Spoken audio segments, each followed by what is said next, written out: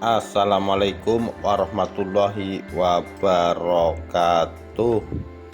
Rahayu Rahayu Sagung Dumadi.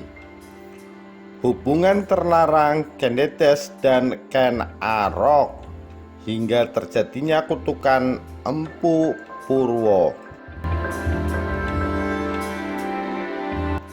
Dikutip dari satotokusasi.blogspot.com Agustus 2008 Bagian 2. Distrik Tumapel sibuk dengan pendatang dari Kediri. Mengapa mereka suka datang ke Tumapel dari pusat kerajaan? Bahkan mereka mau menetap di Tumapel, utamanya para agamawan Hindu. Terpetik berita bahwa Raja Kertajaya dari Kerajaan Kediri bertindak aneh. Dia ingin rakyatnya menyembah dia karena dia memazulkan dirinya sebagai Tuhan.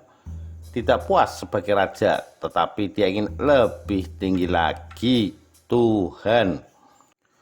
Tentu saja rakyat Kediri tidak setuju dan menentang, terutama dari kasta Brahma beserta para pendeta Hindu. Mereka bersiap-siap akan melancarkan pemberontakan. Istana Tumapel tenang. Aku Tunggul Ametung beserta istrinya Gendedes dalam keadaan bahagia di istananya. Apakah mereka berbahagia? Sebetulnya tidak, karena sebenarnya mereka selalu bertengkar dikarenakan tidak sependapat. Perlu diketahui, Aku sangat pencemburu terhadap setiap pemuda yang mendekati istrinya. Bahkan telah disiapkan pasukan rahasia yang bertugas mengamati kelakuan istrinya. Gendedes ingin sekali berpisah dengan suaminya karena hidupnya tertekan. Ken Arok ingin tinggal di Tumapel. Sepeninggal gurunya, kepandaiannya yang diandalkan adalah silat atau teknik berkelahi, karena Loh Gawe mengajarkan dia cara berkelahi. Oleh sebab itu, dia mengajukan lamaran sebagai prajurit di Tumapel. Ken Arok datang ke sekretariat untuk lamarannya. Dia diterima sebagai prajurit dan langsung mendapat tugas sebagai prajurit jaga di istana Tumapel. Dia memang perlu kerja untuk hidup. Dia mendapat banyak kawan dari satu regunya.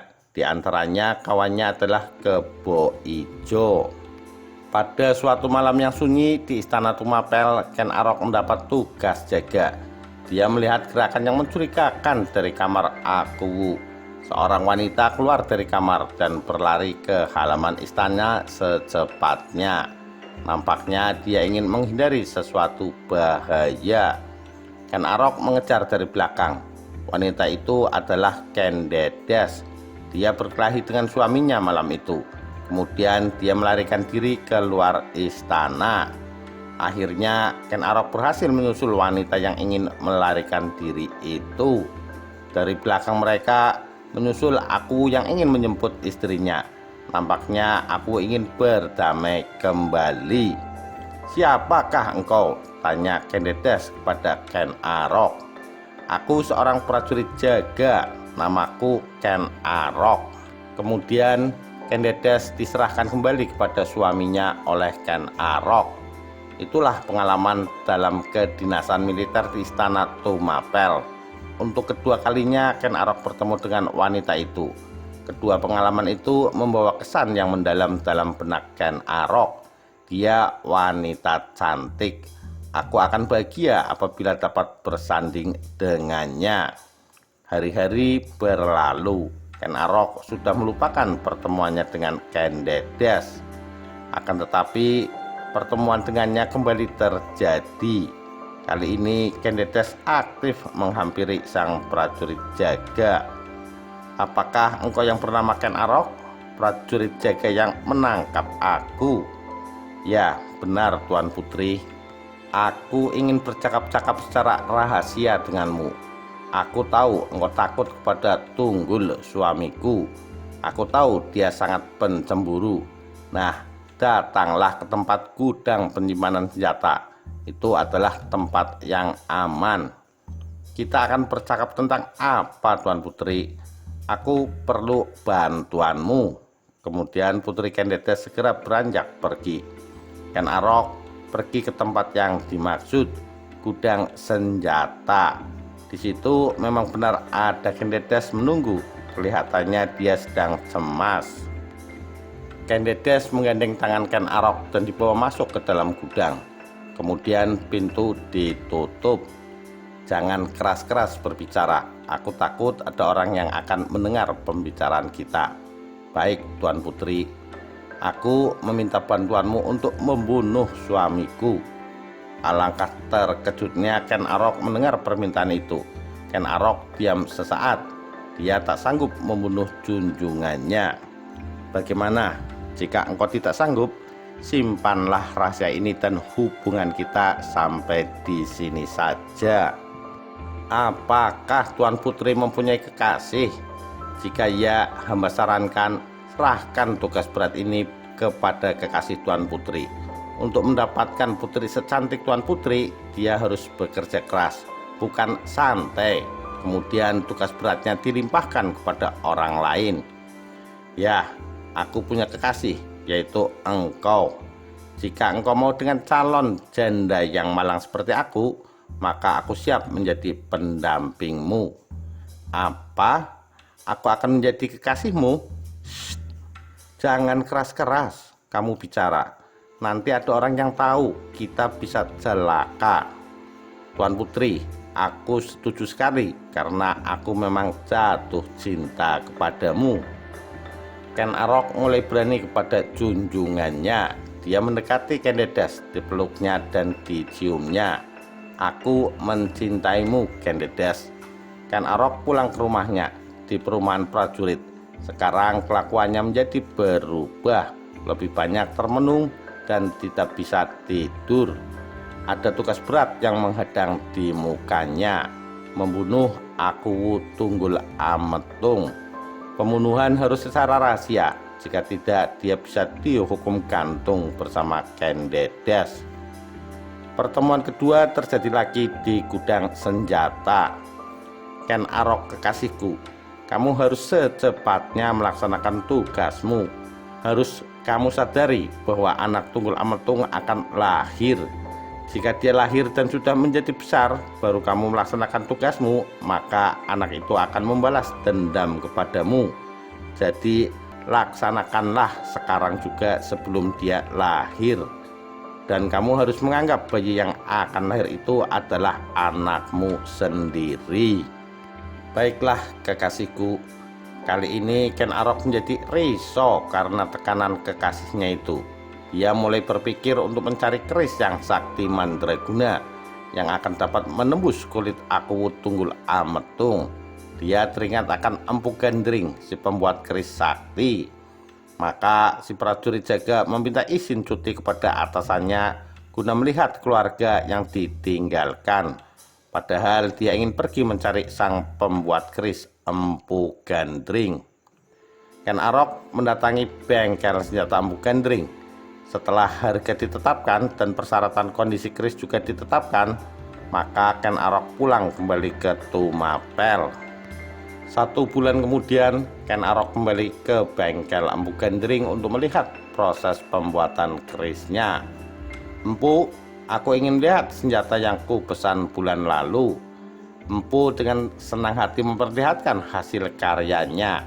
Secara fisik sudah selesai, tetapi yang agak lama adalah memberikan isi berupa mantra-mantra dan syarat-syarat agar senjata ini menjadi sakti untuk melawan musuh yang juga sakti.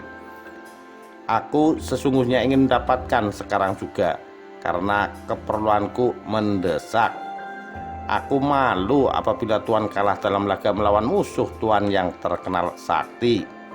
Oleh sebab itu, keris ini harus ku beri mantra.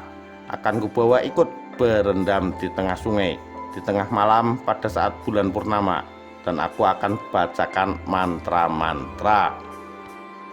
Tiba-tiba Ken Arok menusukkan keris tersebut ke perut Empu Gandring.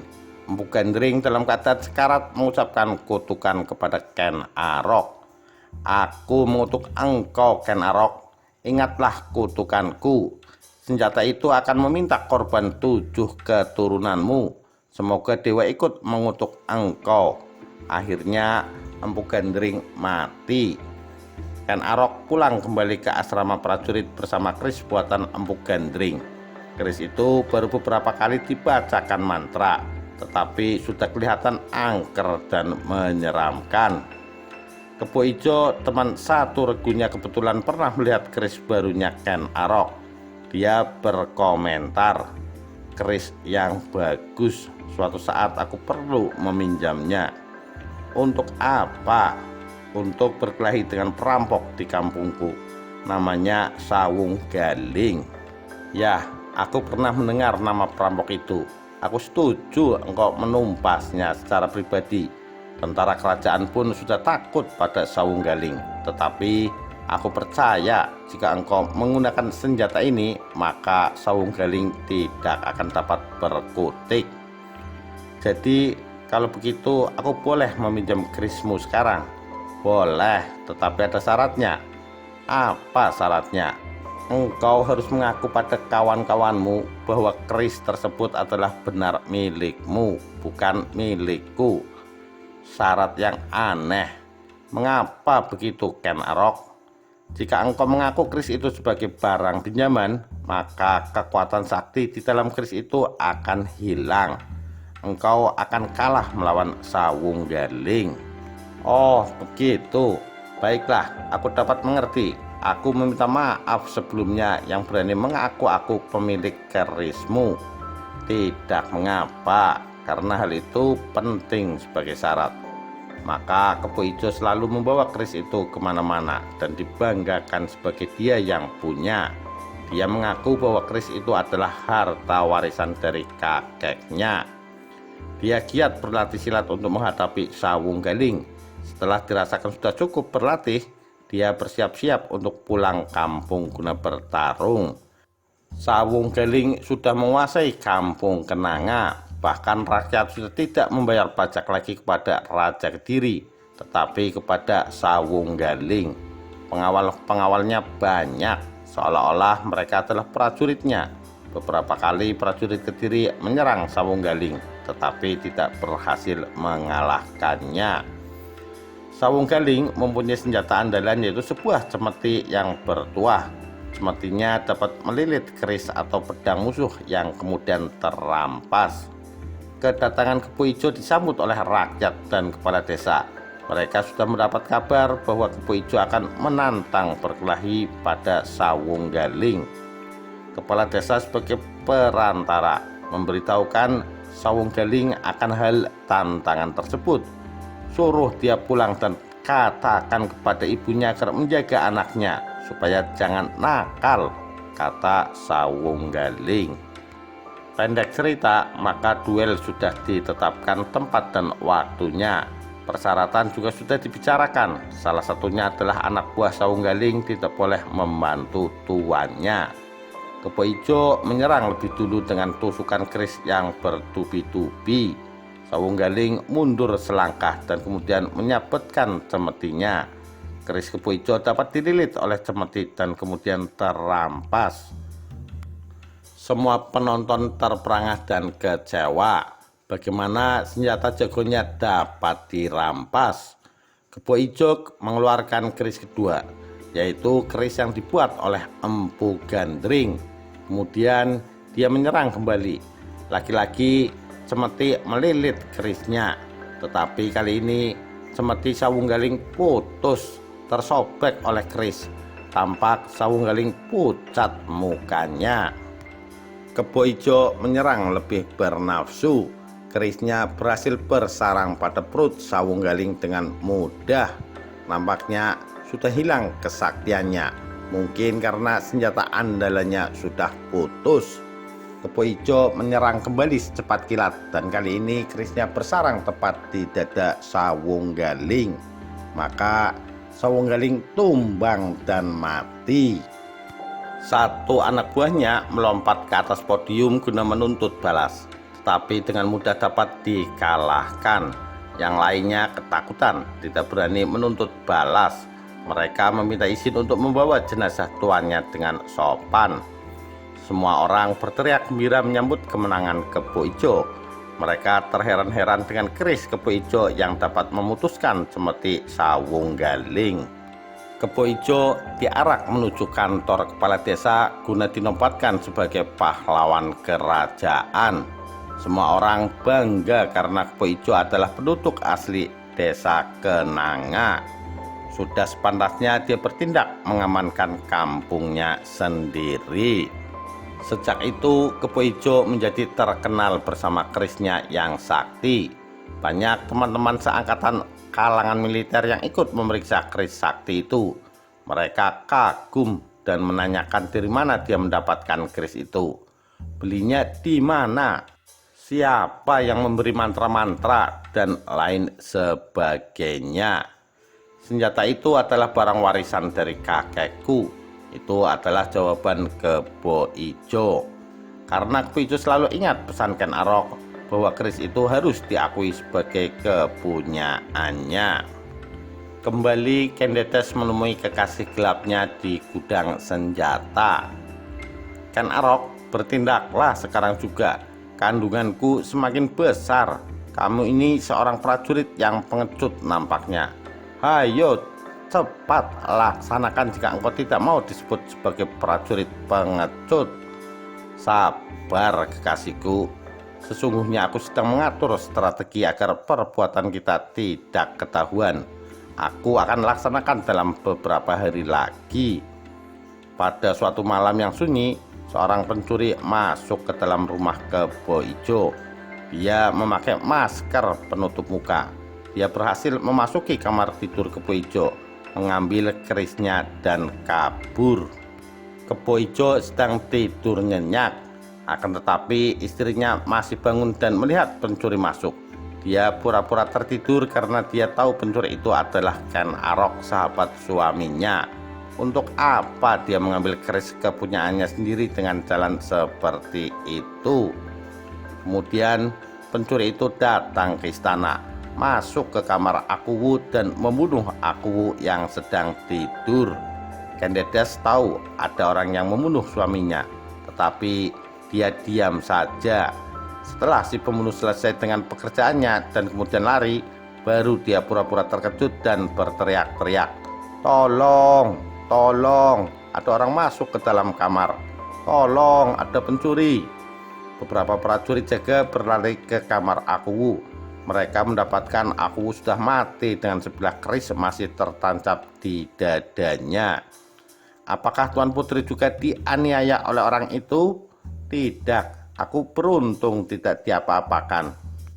Kemudian mereka mencabut keris itu dan memeriksa senjata itu. Keris itu adalah keris Kebo Ijo yang digunakan untuk membunuh Sawunggaling. Mereka sudah mengenal keris sakti tersebut. Salah seorang dari mereka berteriak, "Tangkap Kebo Ijo, dia adalah pembunuhnya." Mereka pergi ke rumah Kebo Ijo saat itu juga. Sementara ada seorang prajurit jaga mengikuti dari belakang. Dia adalah Ken Arok. Rumah Kebo Ijo didobrak secara paksa, menandakan kemarahan mereka. "Hai Kebo Ijo, jangan pura-pura tidur. Engkau baru saja membunuh Akuwu." "Aku tidak membunuh siapapun, aku sedang tidur nyenyak," kata Kebo Ijo. "Ini buktinya, keris yang digunakan masih berlumuran darah, adalah kerismu. Tolong terangkan, bagaimana keris itu ada di sana? Engkau yang harus menerangkan, bukan kami." Istri Kebo Ijo hendak buka suara. "Tadi aku melihat seorang pencuri, tetapi sayang, perkataannya dipotong oleh tindakan Ken Arok." Tiba-tiba Ken Arok merebut keris yang masih berlumuran darah, kemudian ditusukkan ke Kebo Ijo. "Jangan banyak tanya, sudah pasti dia si pembunuhnya," kata Ken Arok. Istri Kebo Ijo menjerit ketakutan. "Lebih baik aku diam dulu daripada dibunuh sama Ken Arok seperti suamiku."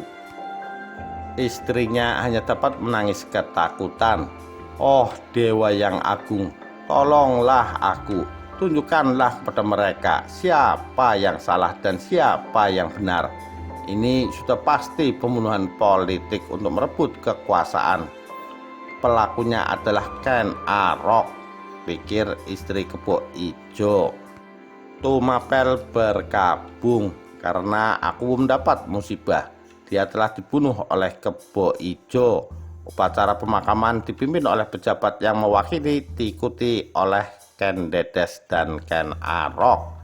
Rakyat percaya bahwa Kebo Ijo yang membunuh aku, tetapi mereka hanya menduga-duga saja akan motif pembunuhan, yaitu ingin merebut kekuasaan. Kekuasaan sementara dipegang oleh Ken Dedes. 1 bulan kemudian Ken Arok menikahi Ken Dedes. Dengan mudah Ken Dedes menyerahkan kekuasaan pada Ken Arok. Rakyat setuju saja dengan penguasa yang baru. Beberapa bulan kemudian lahirlah bayi laki-laki Ken Dedes yang diberi nama Anusapati. Ken Dedes lebih tenang hidup dengan suami yang baru. Nampaknya kedua insan itu memang saling mencintai. Ken Arok juga mencintai Anusapati seperti anaknya. Bahkan dia merahasiakan ayah sebenarnya Anusapati.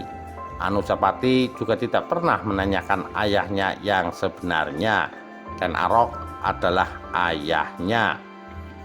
Kerajaan Kediri pada waktu itu dalam keadaan krisis kepercayaan terhadap Raja Kertajaya. Hal ini disebabkan raja menyatakan dirinya Tuhan. Banyak penduduk Kediri pusat pindah ke Tumapel karena menghindari upacara-upacara menyembah Raja Kertajaya yang dianggap Tuhan. Pada akhirnya pimpinan masyarakat pendatang menghadap Akuwu Tumapel yang baru, Akuwu Ken Arok. Mereka mendesak agar Akuwu Ken Arok segera mengambil perhatian akan halnya masalah di pusat.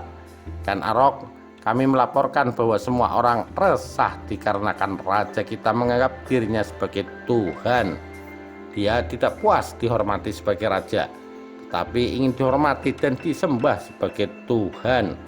Kami semua sepakat agar Akuwu mau memimpin kami untuk suatu gerakan pemberontakan melawan raja yang sudah tidak benar jalan pikirannya.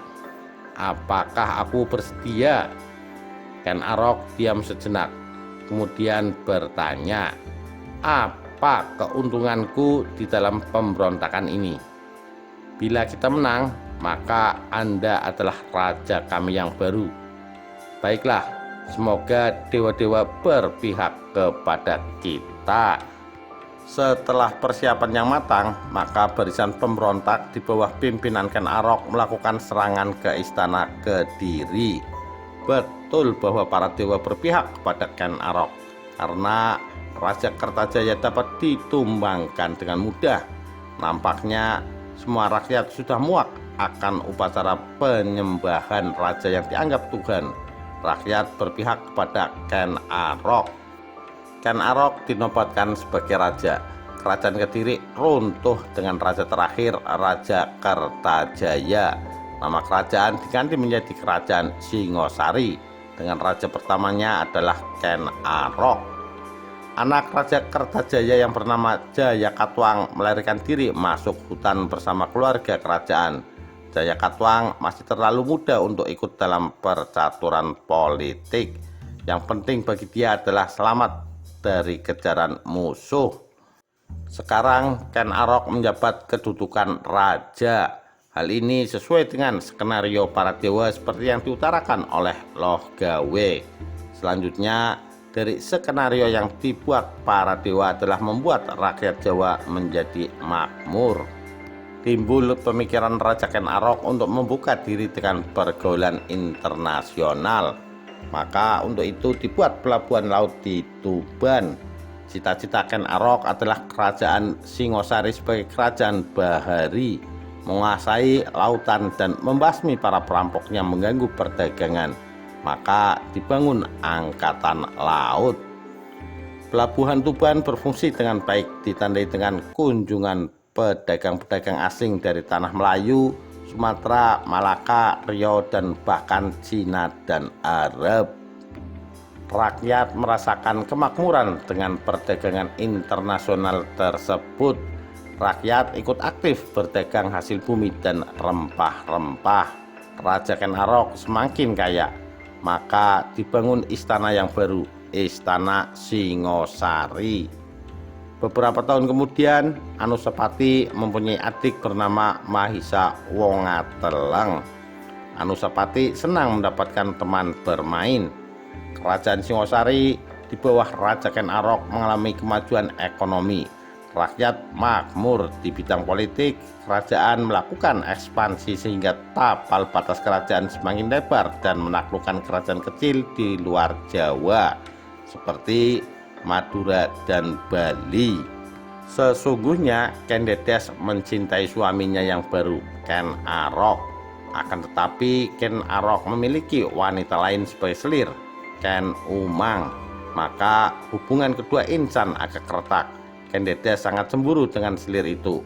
Oleh sebab itu, Ken Umang tidak pernah hadir di istana karena takut dengan Ken Dedes. Seorang bayi laki-laki lahir dari rahim Ken Umang, diberi nama Panji Tohjaya. Demikian kisah hubungan terlarang Ken Dedes dan Ken Arok hingga terjadinya kutukan Empu Purwa. Kita nantikan kisah Ken Arok selanjutnya. Sekian, terima kasih. Wassalamualaikum warahmatullahi wabarakatuh. Rahayu, Rahayu Sagung Dumadi.